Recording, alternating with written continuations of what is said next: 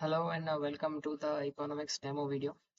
इस वीडियो में मैं इकोनॉमिक्स का डेमोन्स्ट्रेशन देने वाला हूँ एंड इसके साथ साथ एक और वीडियो भी है जिसमें मैंने इंगेजिंग कंटेंट का एक अपना डेमोन्स्ट्रेशन दिया है। I can create engaging and funny content if we upload that to social media then we can definitely get some popularity as well. तो उसका एक और वीडियो है, उसका लिंक आपको डिस्क्रिप्शन बॉक्स में मिल जाएगा एंड मैंने उसका लिंक रिज्यूमे में भी दिया है। So let's start. Okay, so a small introduction about me and then we will start. My name is Pulkit Jain. I am an AI-powered economics educator as well as a social science educator as well. And I've completed my graduation in BA Economics. I have total 2 years of plus experience, and I previously worked at Physics Wala. And I use modern AI tools to just enhance my teaching. I used to create visuals and images and videos so that learning जो है वो engaging हो सके and it would become little easier for anyone to understand. So let's start. This will be the flow of the entire video. Firstly, we will be seeing what is economics, then the three questions of economics, then related to this part only, we will see capitalist versus socialist versus mixed economy, and then we will be seeing this inflation, disinflation, and deflation. We will be seeing these things as well. And inflation and unemployment and then एक बहुत ही burning topic है आजकल का कि भाई AI जो है ना, that AI will is going to take your jobs. How AI is not going to take your jobs. I will be explaining this with the help of inflation, unemployment, and the economic concept only. So I would just recommend to आप ये वाला part जरूर देखना. AI is not going to take your jobs. Instead, it will be just changing the pattern how the jobs were being done. So you can watch this in the last part of the video. So let's start. So, what actually is economics? Actually, economics is nothing but the study of how people make choices under scarcity to fulfill unlimited wants. See, सभी की wants जो है वो unlimited है. Everyone has unlimited wants. सबकी aspirations, requirements जो है वो unlimited है. But resources are limited. Resources are limited. So, in economics we study के अपन उस रिसोर्स लिमिटेड रिसोर्सेज से कैसे अनलिमिटेड वांट्स को पूरा कर सकते हैं. ऑब्वियसली नहीं कर सकते. So we will be just deciding कि यार अपने लिए क्या सबसे इंपॉर्टेंट चीज है. We will be just making a priority list. This is our first important thing, this is the second priority thing, and then we will use the resources to just fulfill these. First सबसे important चीज को fulfill करेंगे, then second most important को fulfill करेंगे, and then it goes until all our resources are exhausted. तो that is all just economics. And see, अभी अपन ने देखा कि we would be producing goods and services to satisfy our demands. तो कोई भी गुड्स एंड सर्विसेज को produce करने के लिए चार फैक्टर प्रोडक्शन लगते हैं. First is land, third is second is labour, third is capital and fourth one is human capital. Land means the physical land which is there, क्योंकि अपन कुछ भी चीज प्रोड्यूस करेंगे so we are not going to produce it in mid air. We would be requiring land for it. Labour would be there, the some people would be there who are skilled और unskilled दोनों आ जाते हैं इसमें, who would be assisting us in our production. And third is the capital, all the things which we will be requiring in our production. मतलब जैसे factory है तो फैक्ट्री में जो मशीन्स होते हैं they are termed as capital. And other kinds of capitals आते हैं जो मनी अपन यूज कर रहे हैं, the money that is also kind of capital. And एक और चौथा फैक्टर ऑफ प्रोडक्शन होता है, that is human capital. So one human is required to maintain all these other factors of production. So that would be also termed as entrepreneur. So these are the factors of production. तो जब ये चारों factor of production combine करते हैं तब अपने goods and services जो है प्रोड्यूस होते हैं. Okay, so yes sir.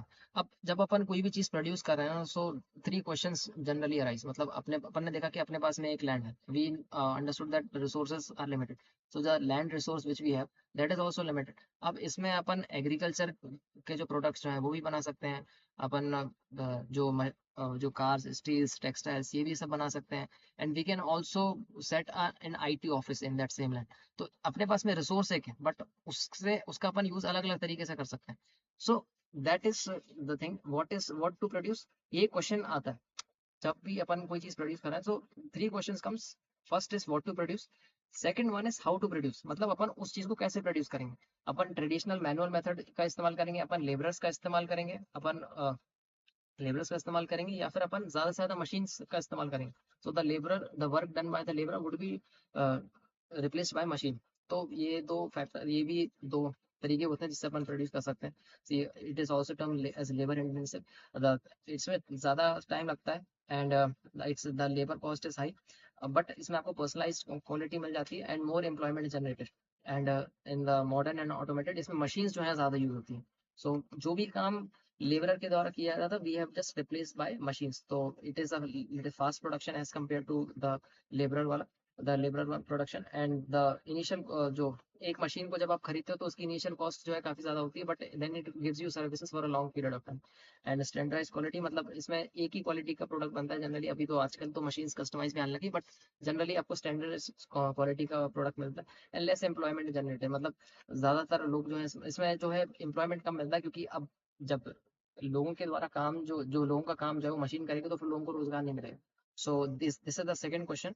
And the third question is for home to produce. Simply इसका कहने का मतलब है कि what will be the price, मतलब आपने जो भी चीज प्रोड्यूस करी है, लेट्स से एक कोई कोल्ड ड्रिंक की है, वही आपने कोल्ड ड्रिंक जो है फैक्ट्री में प्रोड्यूस की है, तो अब आप उसका प्राइस क्या रखोगे? मतलब आप उसको बहुत महंगा रखोगे, मतलब प्रीमियम सेगमेंट एकदम जो अपर मिडिल क्लास जो अपर क्लास है सोसाइटी का आपने उसके लिए रखा है, अगर ये आपने आपने मिडिल सेगमेंट मिडिल क्लास जो है उसको ध्यान में रख करके बनाया है, या फिर आपने जो एकदम लो क्लास होते हैं जिनका you know those who are very low in their budget, जिनका जिनकी इनकम काफी कम होती है, आपने उसका बनाया, उसके हिसाब से बनाया, तो what would be the price of the product? So ये तीन क्वेश्चंस जनरली आते हैं जब अपन कोई भी चीज प्रोड्यूस करते हैं। अब सिंपल सी चीज है कि अगर इन तीनों क्वेश्चन के आंसर गवर्नमेंट कर रही है, if the government is answering all these questions, then we would term it as socialist economy.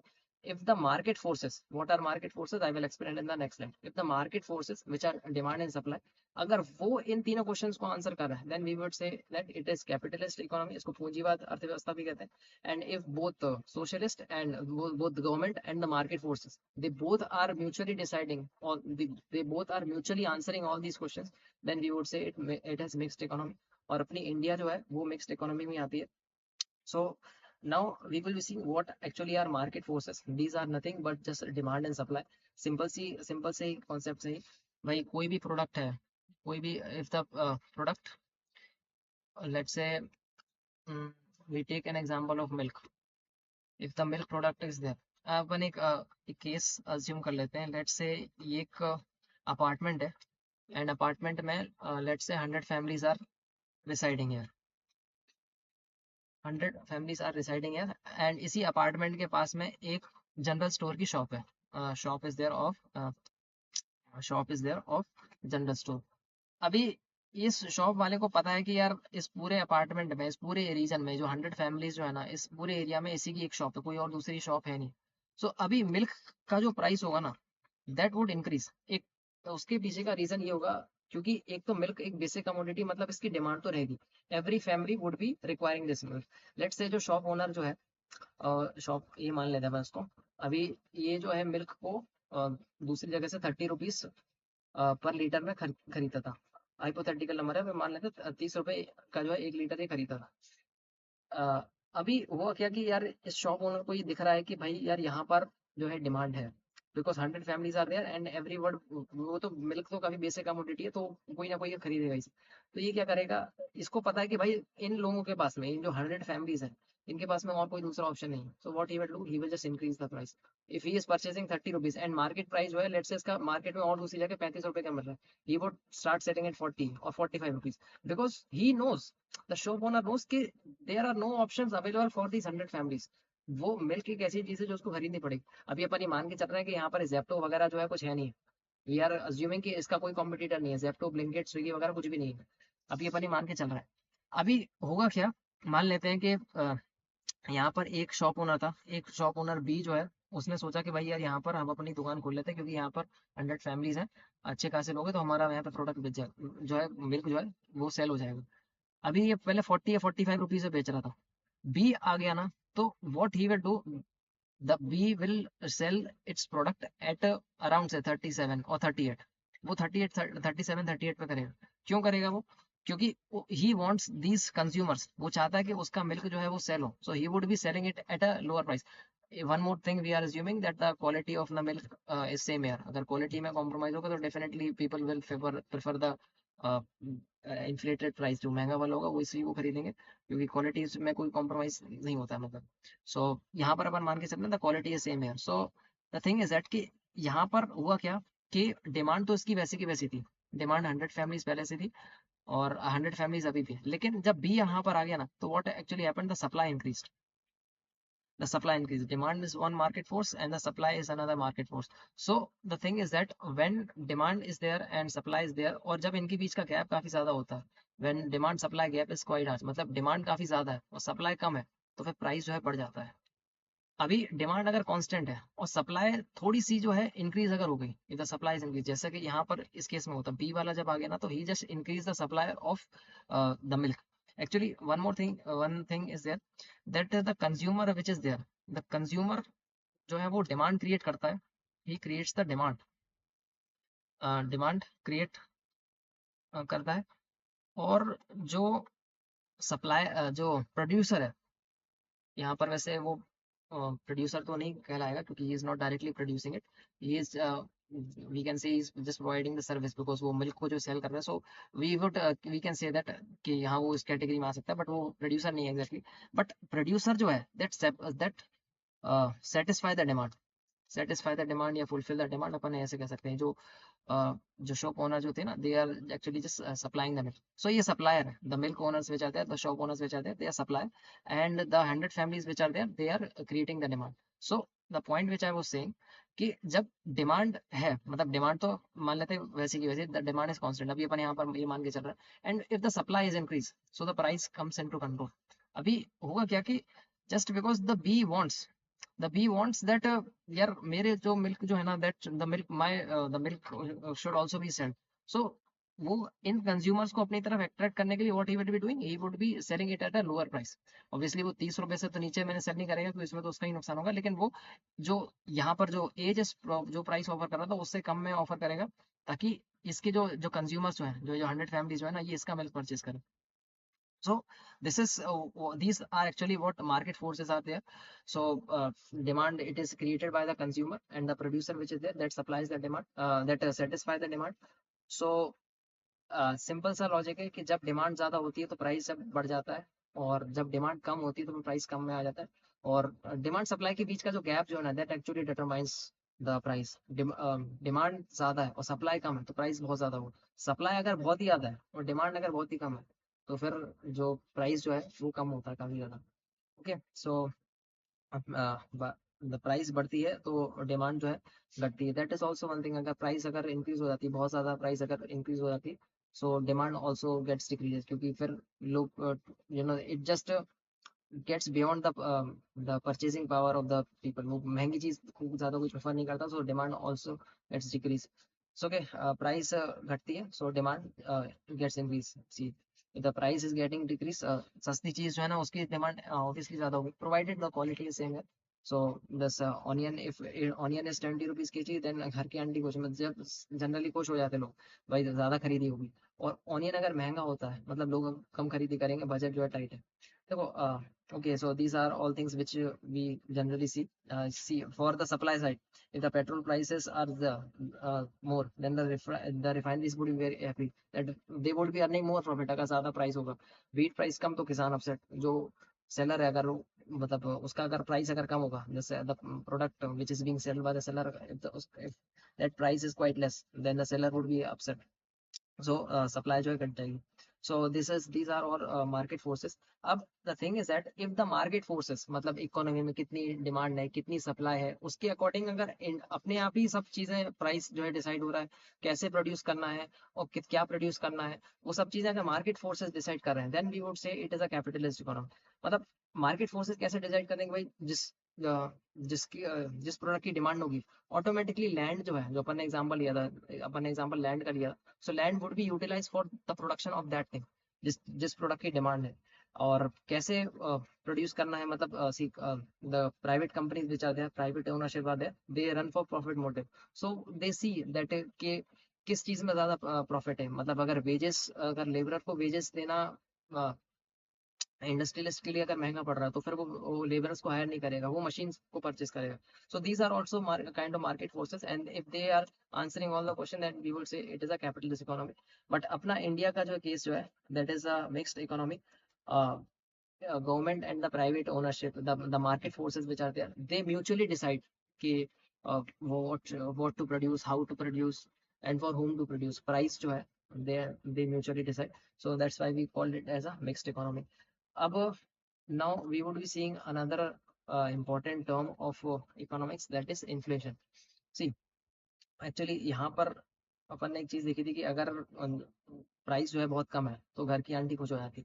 Generally लोगों का ये परसेप्शन रहता है कि इन्फ्लेशन इज नॉट गुड, मतलब इन्फ्लेशन, महंगाई जो है वो किसी को पसंद नहीं आती। हाँ, सीधी सी बात है भाई, ज्यादा दाम कौन देना चाहेगा। बट मैक्रो इकोनॉमिकली अगर अपन देखें ना, तो inflation is very good for our country. किसी भी कंट्री के लिए, किसी भी इकोनॉमी के लिए inflation is quite good. But वो रेंज जो है वो 2% से 6% की रेंज में होनी चाहिए। एक इकोनॉमिस्ट ने रिसर्च कर करके एक एक ऑप्टिमम एक रेंज डिसाइड की, दैट इज दो अपने इंडिया की, इसमें इट्स अराउंड 2% टू 6%। इसके बीच का अगर इन्फ्लेशन है तो वो इकोनॉमी के लिए बहुत अच्छा है, और इसके बाहर का अगर इन्फ्लेशन है तो फिर बहुत नुकसान है। Inflation is generally good for our economy, और वो कैसे होगा वो अपन देखते हैं। See, firstly, inflation, it's a very simple term. What actually inflation is? It's nothing but increase in the price. Increase in the price with respect to time. Simple सा example ले लेते हैं, एक पेन है। पेन का जो price है, price अगर मान लेते हैं 10 रुपए एज ऑन 2026, और लेट से फाइनेंशियल ईयर की जो स्टार्टिंग डेट है उसको अपन यहाँ पे मान लेते हैं 1 अप्रैल 2026 के दिन, उसका प्राइस जो है वो 10 रुपए। और उसी सेम पेन का, provided the quality is same, it's very important to mention that the quality should be same, उसी सेम पेन का प्राइस अगर 11 रुपए है as on 1 April 2027. So with respect to time, the price has increased. So we would say that the price of the pen has inflated. और inflation percentage जो है वो simple सा है, final price minus initial price. ये final price है, ये initial price upon the initial price into 100, so that would be 10%। अभी ये भी रेंज के काफी बाहर है, बट ये भी मैंने सिर्फ हाइपोथेटिकल नंबर लिया। So this is the inflation percentage, we have calculated how the inflation is calculated. Okay, एक और चीज क्या होती है, जब इन्फ्लेशन होती है ना तो करेंसी की वैल्यू डेप्रिशिएट हो जाती है। मतलब मैं एग्जांपल लेता हूँ, अगर एक बिस्किट का पैकेट है, वो 50 रुपए का आता था, वो 50 रुपए का आता था, और अभी अपन मान लेते हैं कि अगले साल उसका प्राइस जो है सीधा 100% इन्फ्लेशन हुआ, और अगले साल उसका प्राइस जो है 100 रुपीज हो गया।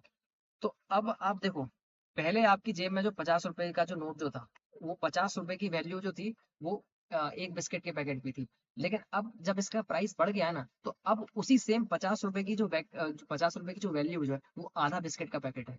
अब आप 50 रुपए में सिर्फ आधा बिस्किट का पैकेट खरीद सकते हो, या मतलब जो मान लेते हैं इसमें 10 पीसेज आते थे, और इसमें भी 10 पीसेज आते, तो फिर पहले जो 50 रुपए से थे आप 10 जो बिस्किट के जो हैं वो आप खरीद सकते थे, लेकिन अब आप 50 रुपए से सिर्फ 5 ही खरीद सकते हो। सो हुआ क्या कि इन्फ्लेशन होने के साथ में जो करेंसी की वैल्यू जो है वो डेप्रिशिएट हो गई। This is also concept. और उससे thing is that the purchasing power, actually what we say, the purchasing power of the 50 rupees, जो 50 रुपीज का जो नोट जो है, मतलब सारी की सारी जो करेंसी जो है उसकी वैल्यू जो है वो डिप्रिशिएट हो जाती है जब इन्फ्लेशन होता है। Okay, and one more thing, yes, purchasing power and inflation, see this we have done. So the mystery of market forces, exploring demand, supply, demand and production costs that drive the continuous shift in market pricing. So this is actually, these are the market forces which derive the market, जो market का जो price जो है, the demand and supply, these are the macroeconomic factors which determine what would be the price of it. Okay, so अब मैं आपको बताता हूँ कि इन्फ्लेशन जो है ना, why inflation is good for any economy. See, the thing is that if inflation is there now, see, inflation के भी दो टाइप होते हैं। तो one is demand pull and another one is cost push. तो ये जो डिमांड पुल वाला इन्फ्लेशन जो होता है ना, ये इकोनॉमी के लिए बहुत अच्छा होता है। कॉस्ट पुश वाला इतना अच्छा नहीं होता, लेकिन डिमांड पुल जो होता है ना वो काफी अच्छा होता है। सिंपल से लॉजिक है, अगर देखो डिमांड अगर इंक्रीज होकर हो रही है, if the demand is there, और डिमांड के कारण इन्फ्लेशन अगर आ रहा है, अगर जो इन्फ्लेशन आ रहा है वो अगर बढ़ती हुई डिमांड के कारण आ रहा है, तो then it is quite good for economy. क्यों? क्योंकि जब डिमांड होती है ना, तो if the demand is there then automatically production will be more, क्योंकि अगर डिमांड ज्यादा है तो प्रोडक्शन जो है वो ज्यादा होगा।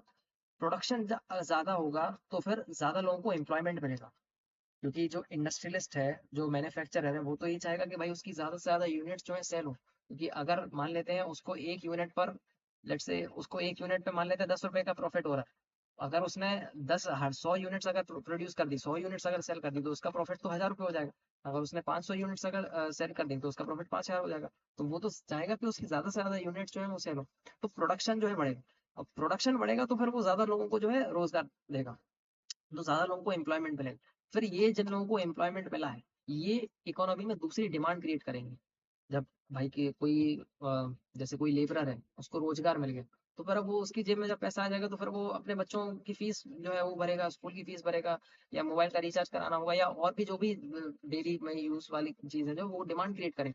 तो वो जब डिमांड क्रिएट होगी तो फिर उससे और दूसरे सेक्टर्स जो है ना वो भी बूम करेंगे, और दूसरे सेक्टर्स का भी प्रोडक्शन जो है वो इंक्रीज होगा, वहां पे भी लोगों को एम्प्लॉयमेंट मिलेगा। तो ये है कि पॉजिटिव साइकिल जो है वो चलती आएगी। मतलब प्रोडक्शन हो रहा है, प्रोडक्शन से एम्प्लॉयमेंट मिल रहा है, एम्प्लॉयमेंट से डिमांड क्रिएट हो रही है, डिमांड जब क्रिएट हो रही है तो फिर और प्रोडक्शन। तो ये साइकिल जो है चलती जाएगी, and it is quite good. But provided ये जो इन्फ्लेशन का परसेंट जो है 2% से 6% के बीच में होना चाहिए। ठीक है। एक और चीज है कि इन्फ्लेशन जब बढ़ती है ना, जब इन्फ्लेशन होती है तो लोगों की सैलरी भी इंक्रीज होती है। The there is a common tendency कि जो वेजेस और सैलरीज जो है वो इंक्रीज होंगी, और उसके पीछे का भी सिंपल सा लॉजिक है। देखो, जब जो प्रोड्यूसर है, जो प्रोडक्शन कर रहा है, जो इंडस्ट्रियलिस्ट है, जो अपन यहाँ पर अज्यूम कर लेते हैं, तो अब जब उसको देख रहा है कि इस मार्केट, इस प्रोडक्ट की डिमांड है, तो फिर वो अब जो अपने लेबरर्स हैं, उन सब के जो वेजेस जो है वो ऑटोमेटिकली इंक्रीज कर देगा। क्योंकि अगर उसने ऐसा नहीं किया तो देयर इज अ पॉसिबिलिटी कि कोई इसका जो कॉम्पिटिटर है, वो कॉम्पिटिटर इन लेबरर्स को हायर कर ले, और फिर इसका प्रोडक्शन जो है गिर जाएगा। मतलब लेट्स से अगर एक कोई प्रोड्यूसर, अगर इंडस्ट्रियलिस्ट ए है और दूसरा इंडस्ट्रियलिस्ट बी है, अभी इंडस्ट्रियलिस्ट ए को दिख रहा है कि भाई इस प्रोडक्ट की जो है मार्केट में डिमांड है, इसका प्राइस जो है लगातार बढ़ रहा है, तो ये चाहेगा कि इसकी ज्यादा से ज्यादा यूनिट जो है सेल हो। ज्यादा से ज्यादा यूनिट्स कब प्रोड्यूस होंगी? जब इसके पास में लेबरर्स होंगे।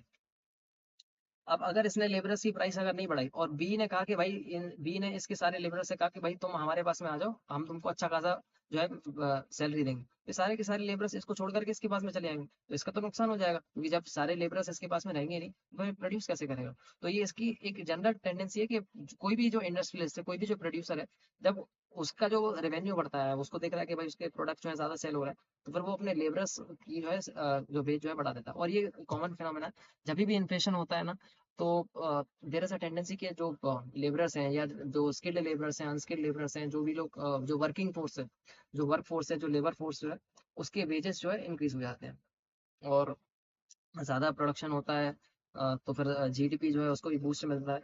तो that is why inflation is quite good. Okay, so this was all. See money supply, एक और तरीका है कि भाई इन्फ्लेशन कैसे बढ़ता है। जब मनी सप्लाई जब बढ़ जाती है, एक तरीके से अगर मान लेते हैं आरबीआई है, आरबीआई ने मॉनेटरी पॉलिसी, या मॉनेटरी पॉलिसी जो है, let's say not monetary policy, let's say RBI ने जो है ज़्यादा से ज़्यादा करेंसी प्रिंट करना स्टार्ट करी, और वो सरकार की जो डिफरेंट योजना है उसके तहत जो है वो लोगों के हाथों में पहुंच गया। तो फिर वो, जब लोगों की जेब में जब पैसा आ जाएगा तो फिर वो डेफिनेटली ज़्यादा डिमांड क्रिएट करेंगे। कि अपन ने इसके पहले क्या देखा था कि जब इन्फ्लेशन हो रहा था, यू नो, एक्चुअली सब एम्प्लॉयमेंट मिल रहा था, तो एम्प्लॉयमेंट मिलने की वजह से वो क्या रहा था कि लोगों की जेब में पैसा आ रहा था। जैसे ही लोगों के हाथों में पैसा आएगा तो फिर जब मनी सप्लाई पूरी इकोनॉमी में जब इंक्रीज हो जाती है तो ऑटोमेटिकली इन्फ्लेशन आ जाता है। So the money supply increases, consumer demand increases, and the general prices increase. जैसे जैसे डिमांड ज्यादा होगी, तो फिर जब वो अपन ने पहले एग्जांपल में देख लिया था कि demand is more, then automatically the price will increase. Okay. इसका एक और अपोजिट होता है deflation. See, it's nothing but, जैसे अपन ने पेन का जो एग्जांपल लिया था, उसका अपन ने माना था कि 11 रुपए उसका प्राइस है। सी, 10 rupees was the price in the year of 2026, and in the year of 2027 let's say the price is 11 rupees. So it's what you call inflation. अभी ये प्राइस अगर कम हो करके 9 रुपए हो गया तो that's what you call deflation. It's not just nothing but just an opposite of inflation, जिसमें बस प्राइस कम होता है, जो सस्ती सस्ती चीज होती है। अपन को जनरली सस्ती चीजें पसंद आती है, but deflation is very dangerous for any economy. अगर लगातार चीजें अगर कम होती जाएंगी, लगातार प्राइस अगर कम होता जाएगा, तो वो इकोनॉमी के लिए काफी ज्यादा नुकसानदायक है। If less money is in economy is there, the circulating currency decreases, reducing overall spending power. अभी उसका अपोजिट केस अपन अज्यूम करते हैं। ये डिमांड प्रोडक्शन और ये वाली जो साइकिल जो मैंने बताई थी, अभी मान लेते हैं डिमांड अगर नहीं है, उल्टा, और डिमांड बहुत ही कम है, तो प्रोडक्शन कम होगा। और जब प्रोडक्शन जब कम होगा तो फिर जो इंडस्ट्रियलिस्ट जो है वो तो अपने एग्जिस्टिंग लेबरर्स को फायर ही कर देगा। उसको पता है कि भाई इतना मेरे को प्रोडक्शन करना ही नहीं है, तो फिर मैं ज्यादा लेबरर्स को क्यों रखूँ? जितना जितना प्रोडक्शन की रिक्वायरमेंट है उतने लेबरर्स को वो रखेगा। तो बाकी सारे लेबरर्स जब फायर हो जाएंगे, तो उनकी जेब में पैसा, उनके हाथों में पैसा नहीं रहेगा। जब उनके हाथों में पैसा नहीं रहेगा तो वो डिमांड कम क्रिएट करेंगे, वो डिमांड कम क्रिएट करेंगे तो फिर प्रोडक्शन कम होगा, और फिर ये एक नेगेटिव साइकिल जो है चलती है। दैट इज वाई इसको अपन डिफ्लेशनरी वेब बोलते हैं, deflationary cycle, and it's very dangerous for any economy. This is the similar thing which happened in 1929, the Great Depression of 1929, which is there. This is the same thing which happened there. So prices and demand fall, a cycle where lower demand leads to cheaper prices, slowing growth. Prices कम होंगे तो फिर उसका profit जो है, जो industrialist का profit जो है वो कम होगा. प्रॉफिट उसका कम होगा तो फिर उसको कॉम्पनसेट करने के लिए वो लेबर उसको जो है फायर कर देगा. लेबरर्स को जब निकालेगा तो फिर वो लेबरर्स जो है इकोनॉमी में और डिमांड क्रिएट करेंगे, मतलब डिमांड ही क्रिएट नहीं कर पाएंगे. तो इस तरीके से फिर ये नेगेटिव साइकिल जो चलती है. That is why deflation is very dangerous for any economy. वो एक हद से ज्यादा तो इन्फ्लेशन, एक हद के बाद तो इन्फ्लेशन भी बहुत ज्यादा डेंजरस होता है, but deflation is quite dangerous as well. इसका एक और one more concept is that is disinflation. इसमें कुछ नहीं होता है. The rate of inflation is decreasing. Inflation अभी भी है but rate of inflation is decreasing. Example ले लेते हैं अपन. एक लेट्स से एक कोई भी कमोडिटी है जिसका प्राइस जो है ए है, उसका अपन मान लेते हैं 100 रुपये है. अगले साल उसका प्राइस हो गया 200 रुपये. तो यहाँ पर इन्फ्लेशन जो है वो 100% आ जाएंगे. 200 माइनस 100 डिवाइड बाई 100, यहाँ पर इन्फ्लेशन 100% आ जाएगी. थर्ड केस में क्या हुआ, उसका प्राइस जो है वो 250 रुपीज हो गया. अभी यहाँ पर देखो प्राइस अभी भी बढ़ा है, बट प्राइस जो है अब वो कितना आ जाएगा, 250 minus 200 divided by 200 into 100. So that would be 50 divided by 200 into 100. So ये 25% आ जाएगा. अभी इन्फ्लेशन 100% था, उसके बाद में 25% हो गया. लेट्स से अगले केस में अगर 20% हो गया, उसके बाद 15% हो गया, तो अपन इसको कहेंगे कि इन्फ्लेशन तो अभी भी, प्राइस तो अभी भी इंक्रीज हो रहा है, but the rate at which the price was increasing that is now quite less. So इसको अपन डिफ्लेशन कहते हैं.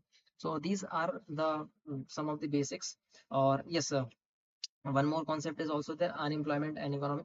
Actually I told that agar less demand is there, if the demand is there, then less production would be there and more employment. क्योंकि फिर जब production की जब requirement ही नहीं होगी तो फिर जो जितने भी प्रोड्यूसर्स हैं, they will fire their employees. So to compensate the loss, जितना भी पैसा जो कमा है उसको कॉम्पनसेट करने के लिए they would fire those people. So that is why deflation actually leads to unemployment and the inflation which is there. Inflation जो होता है, specifically saying demand pull inflation, the demand pull inflation which is there, it actually creates employment. So actually one more concept is there I can explain. One more thing is that cost push inflation.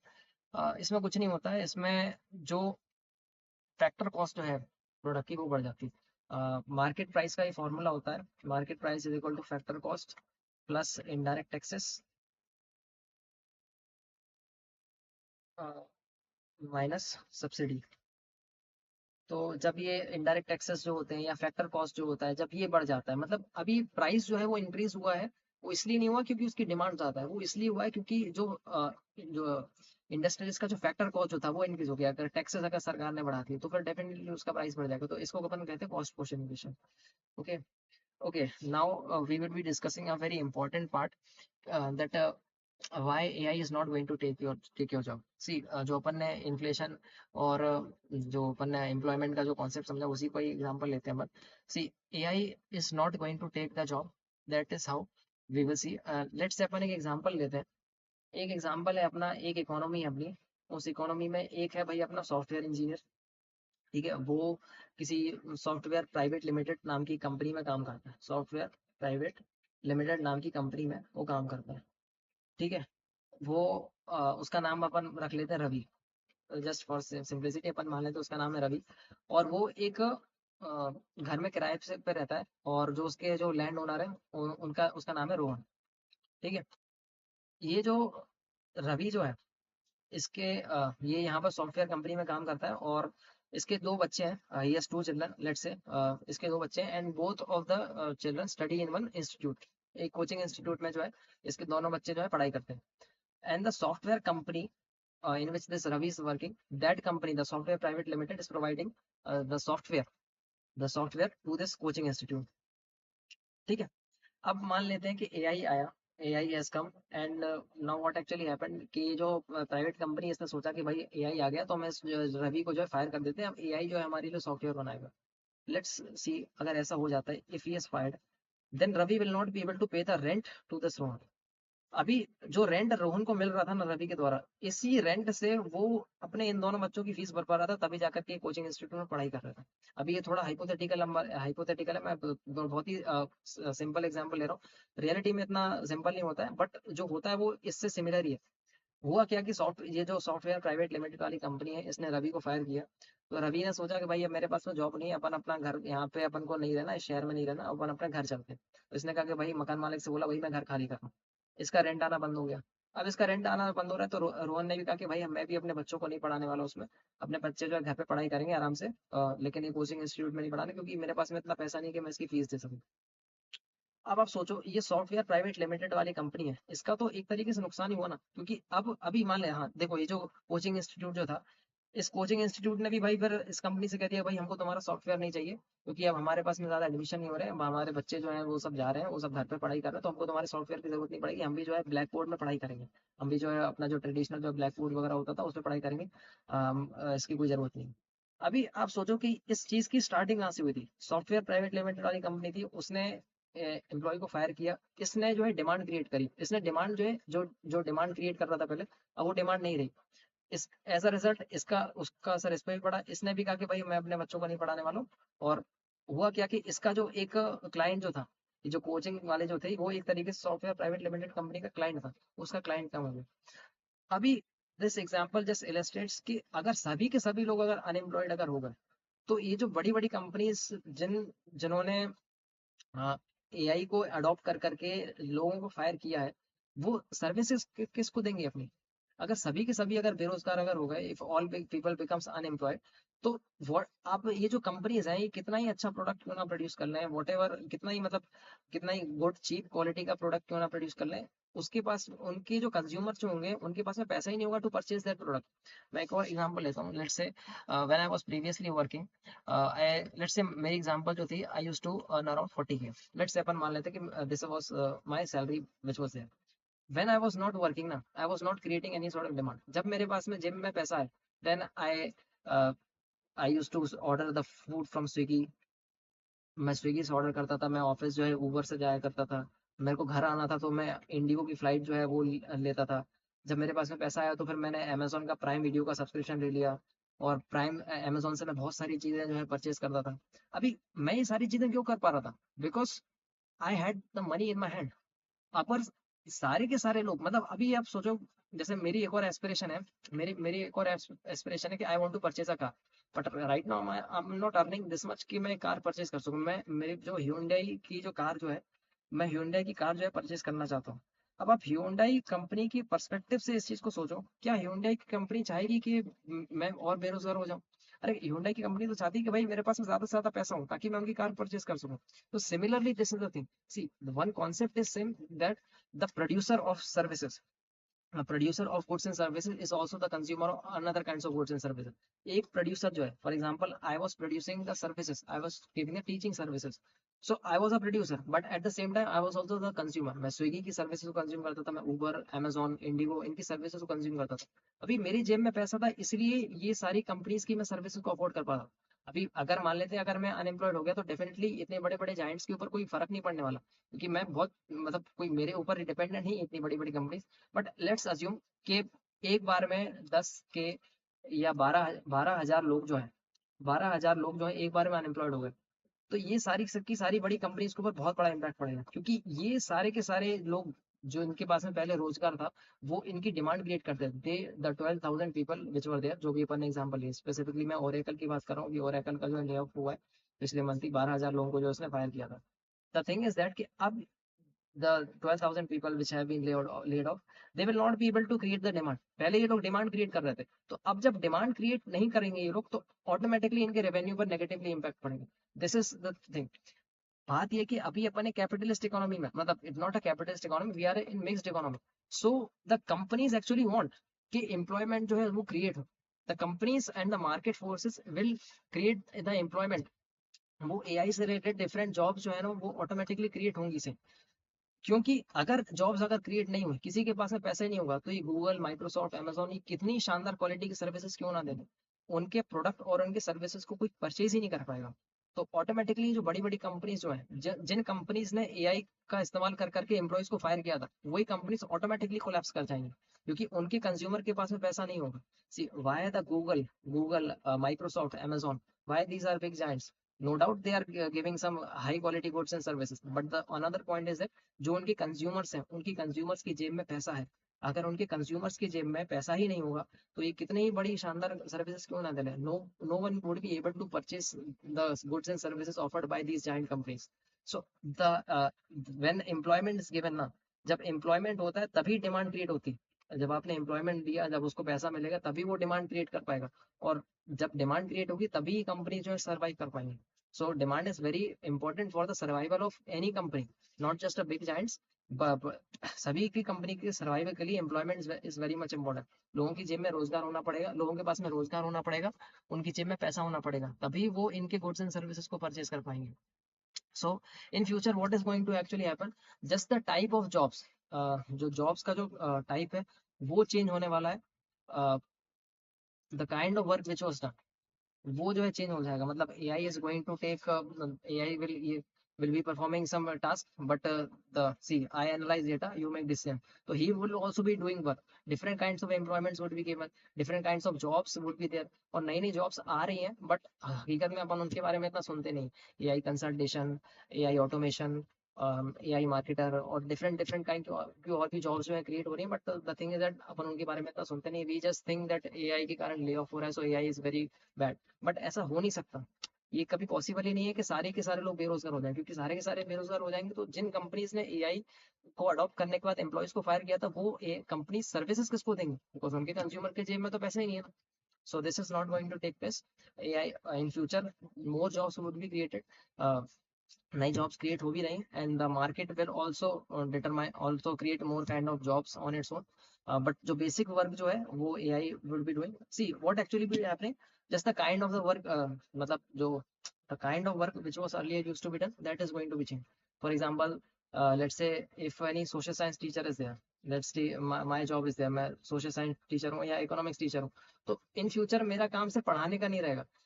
In future my job would be to train AI models, and मैं AI model को train कब कर पाऊंगा, जब मेरे पास में social science और इकोनॉमिक्स की नॉलेज होगी। सो एआई से रिलेटेड और भी अपॉर्चुनिटीज आने वाली, बस आपका जो काम जो है वो बस चेंज होने वाला है। अगर आप एचआर में है या फाइनेंस में है या आप इंजीनियर है, तो आपका काम जो आपकी जो कोर स्किल जो है वो तो रहेगा, इसी साथ साथ में आपको एआई का बेसिक्स भी आना चाहिए, ताकि आप इन फ्यूचर आने वाले वर्ल्ड में आप सर्वाइव कर पाओ। So the simple fact is that yes, AI will not take your job, but the person knowing AI will. तो इन फ्यूचर आपकी जो कोर एक्सपर्टीज जो है उसकी वैल्यू तो रहेगी सही, the value of that skill would be there, but you have to integrate AI into your work so that you would become worth. अगर आपको एआई नहीं आता है, then your survival in the upcoming world is going to be difficult. So AI को सीखने की जरूरत है, एआई से दूर भागने की जरूरत नहीं है। It is just going to make your existing work highly effective and productive. ये पूरी स्लाइड मैंने एआई की हेल्प से बनाई है, and it just took me hardly around 15 or 20 odd minutes to make this slide, because I know bit of prompt engineering, I know how to create the slides with the help of AI. So that is what is going to be happen in future। ऐसा नहीं होने वाला कि सभी सभी लोग बेरोजगार हो जाए, market will create the jobs on its own. So you need to learn AI so that you can survive in the upcoming future. So that was all for this video। Video थोड़ा सा लंबा हो गया था, but I hope you liked it, and yeah, thanks।